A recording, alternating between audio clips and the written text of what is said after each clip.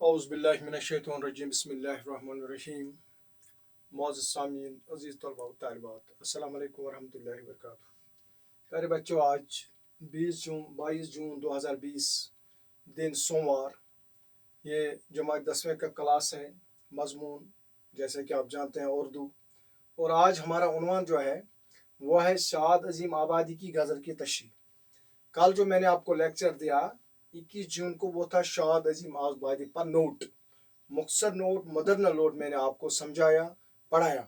اور آج اس کی غزل جو ہے، غزل نمبر 1 آپ نکالیے، صفحہ نمبر 138، غزل نمبر 1 پہلے میں پڑھوں گا، آپ کتاب نکالیے، ایک دم نکالیے کتاب اور دیکھیے، میں پڑھوں گا، کوشش کروں گا ترنم کے ساتھ پڑھوں گا، اس کے بعد میں آپ کو تشریح کراؤں گا۔ کرو شروع، بسم اللہ۔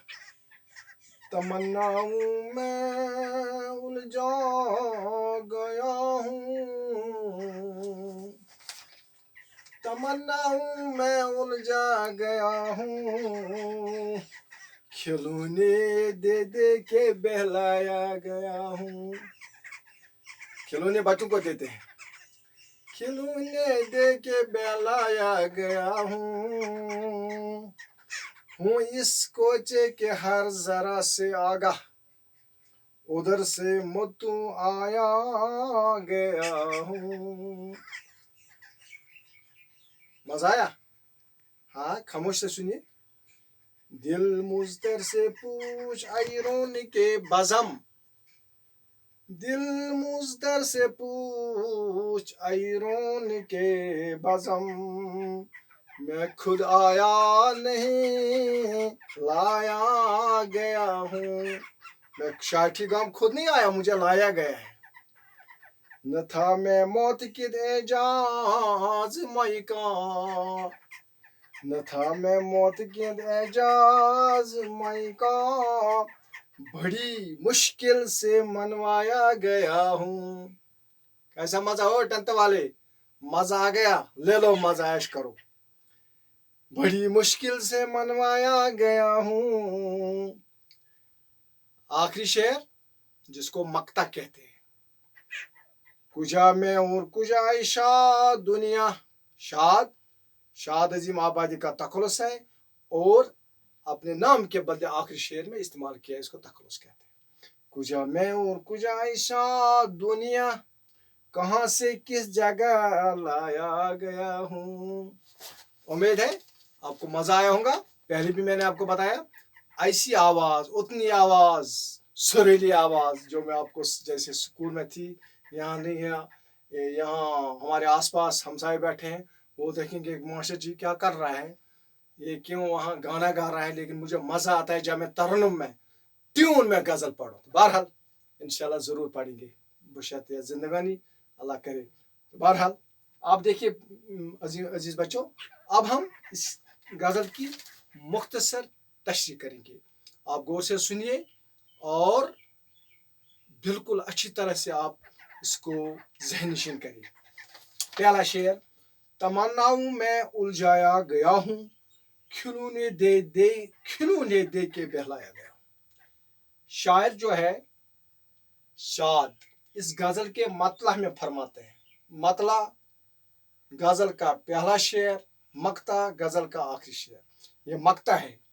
فرماتے ہیں کہ انسان دنیا میں آنے کے مکر و فریب میں الجھ کر اپنے اصل مقصد کو بھول گیا۔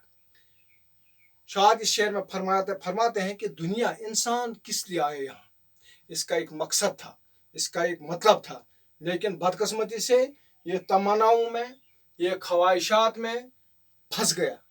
یہ ایسے پھنس گیا، اس کا جو اصل مقصد تھا یہاں لانے کا، وہ فوت ہو گیا۔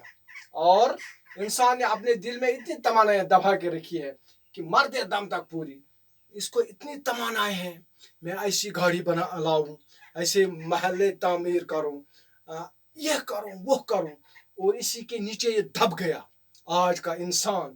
اور جس طرح، اور مزید شاعر فرماتے ہیں کہ جس طرح بچے کے ہاتھ میں کھلونا تھما کر اس کو، عام طور پر ہم بچے کو کیا کہتے ہیں، کھلون دیتے ہیں، اور اس کو کہتے ہیں آپ عیش کرو اور آپ مزے کرو۔ اسی طرح سے ایک آدمی کو تمناؤں نے بہلایا ہے، اور دنیا میں الجھ کر رکھا ہے. لہذا پیارے بچوں یہ دنیا فانی ہے, ہمیں ان الجھنوں میں نہیں پھنسنا چاہیے بلکہ نیک کام کرنے چاہیے, اچھے کام کرنے چاہیے اور جو دنیا کا اصل مقصد ہے اسی پر ہمیں چلنا چاہیے. شعر نمبر 2. شعر نمبر 2 کیا ہے؟ ہوں اس کوچے کے ہر ذرے سے آگاہ. شاد عظیم آباد فرماتے ہیں, کیا فرماتے ہیں کہ انسان دنیا کی ہر ایک چیز سے بخوبی واقف ہے. ایسا نہیں ہے کہ انسان واقف نہیں ہے, ایسا نہیں ہے کہ انسان کو پتہ نہیں ہے یہ دنیا ختم ہونے والی ہے. یہاں کیا ہے؟ یہاں سب خسارے میں ہیں.